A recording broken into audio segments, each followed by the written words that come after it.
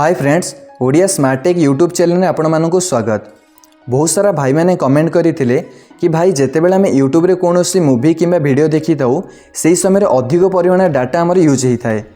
तो एमती किसी सेटिंग विषय जनाओ जहाद्वारा आम यूट्यूब रे अनलिमिटेड वीडियो कि मूवी देखा सत्वे भी आमर मोबाइल डाटा सबुठारु कम परिमाण यूज हो। तो आज ये वीडियो माध्यम मु आपण मानक यूट्यूब एमती किसी तीनोटी हिडन सेटिंग विषय जनइबी जहाद्वारा आपण मैंने से सेटिंग से परिवर्तन जदि करूँगी ताल आपण मैंने दिन राति यूट्यूब चलैबा सत्वे भी आपणकर मोबाइल डाटा सबुठारु कम परिमाण यूज हो। तेबे चलतु वीडियोटी को स्टार्ट करवा। सर्वप्रथम आपण मैंने निज निज मोबाइल थिबा यूट्यूब टी ओपन करंतु। ओपन कर सारिबा परे आपण मैंने एठारे देखि पारुथिबे यूट्यूब होम स्क्रीन में बहुत सारा वीडियो शो हेबारे लागिछि।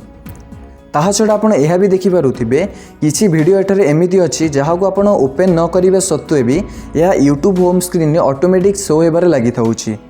जेपरि आपण एठारे गोटे जोस्टक्स रो गोटे वीडियो देखि पारुथिबे एई वीडियोटी मु ओपन न करिबा सत्वे भी यह YouTube home screen automatic show हेबारे लागिछि। तो सर्वप्रथम आपण मानकु एई सेटिंग टू ऑफ करबा को पड़िबो। एई सेटिंग टू ऑफ करबा पई आपण माने तळे राइट साइड रे थिबा प्रोफाइल ऊपर क्लिक करंतु। प्रोफाइल ऊपर क्लिक कर सारिबा परे आपण माने एठारे देखि पारुथिबे सबुठारु ऊपर राइट साइड रे सेटिंग्स रो गोटे ऑप्शन आसीछि। एई सेटिंग ऑप्शन ऊपर क्लिक करनियंतु। क्लिक कर सारिबा परे एठारे सबुठारु प्रथम ऑप्शन जो जनरल गोटे ऑप्शन आसुछि या ऊपर क्लिक करनियंतु। क्लिक कर सारिबा परे एठारे आपण माने देखि पारुथिबे प्लेबैक इन फीड्स रो गोटे ऑप्शन डी आसी जाइछि। एई ऑप्शन ऊपर क्लिक करनियंतु। एठारे आपण माने देखि पारुथिबे तीनोटी ऑप्शन शो हेउछि। एठारे थर्ड नंबर थिबा ऑफ ऑप्शन को क्लिक करी एई सेटिंग को ऑफ कर दियंतु।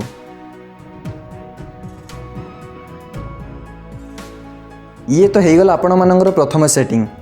वर्तमान बैक करंतु। बैक कर सारिबा परे वर्तमान आमे देखिबा द्वितीय सेटिंग विषय। प्रथमे आपण तळु तळ स्क्रॉल करंतु। स्क्रॉल कर सारिबा परे आपण माने एठारे गोटे ऑप्शन देखिबा को पाउथिबे data saving. Data saving option ऊपर क्लिक करंतु। क्लिक कर सारिबा परे आपण माने एठा देखि पारुथिबे बहुत सारा ऑप्शन आसी जाइछि।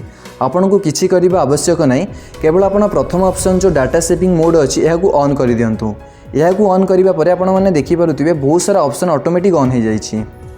यह छड़ा आपण माने तळु तळ स्क्रॉल करिबा परे आपण एठारे गोटे ऑप्शन देखिबा को पाउथिबे मोबाइल डाटा यूजेस रिमाइंडर। यहा परे ऑन करंतु।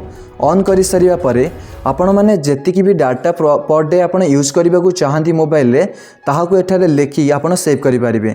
जेमिति कि मु प्रतिदिन यूट्यूब रे 100 MB ही यूज करबा को चाहूची तो 100 MB लेखि यहाँ पर ओके ऊपर क्लिक करनियंतु। जहाँ द्वारा आपण यूट्यूब रे 100 MB ठारू अधिक डाटा आपण यूज करि पारिबे नाही। 100 MB होई सारिबा परे आपण यूट्यूब ऑटोमेटिक आपन गोटे नोटिफिकेशन सेंड करिवो कि आपनकर पर डे डाटा हिसाब रे जहाँ भी आपन लिमिट रखिछन्ती ता ऑटोमेटिक क्रॉस करि सारिछि। या पर आपन बैक करंतु। वर्तमान आमे जानिबा तृतीय सेटिंग विषय। तृतीय सेटिंग पई आपण माने निज निज यूट्यूब टी को लॉन्ग प्रेस करंतु। लॉन्ग प्रेस करि सारिबा परे आपण माने एटा देखि पारुथिबे आप इन पर गोटे ऑप्शन डी आसी जाइछि। एई ऑप्शन ऊपर क्लिक करनियंतु। क्लिक कर सारिबा परे एठारे आपण देखि पारुथिबे डाटा यूजेस रो गोटे ऑप्शन आसीछि। एई डाटा यूजेस ऊपर क्लिक करंतु। क्लिक कर सारिबा परे आपण माने सबुठारु तळे देखि पारुथिबे बैकग्राउंड डाटा रो गोटे ऑप्शन डी आसी जाइछि। एई जो बैकग्राउंड डाटा रो ऑप्शन डी आपण माने एटा ऑन अछि या को क्लिक करनियंतु। या द्वारा कौन हेबो आपनकर जो मोबाइल डाटा जहाँ आपन यूट्यूब बैकग्राउंड रे यूज होउतला ताहा हेबो नै, जहाँ द्वारा आपण मान अधिक परिमाण डाटा सेव हेबो। तो ये तो थिला यूट्यूब रो तीनोटी हिडन सेटिंग जहाँ जो सेटिंग आपण परिवर्तन करबा द्वारा आपनकर जो यूट्यूब चलाइबा समय अधिक परिमाण डाटा यूज होउतला ताहा हेबो नै। तो वीडियोटी केमिति लागिला कमेंट करी निश्चय जणाइबे। ता छडा जदि वीडियोटी हेल्पफुल हेइथिबो तो सांगमानक सहित शेयर करबा सहित चैनल को सब्सक्राइब करबा जेपरि न भूलंती। जय हिंद।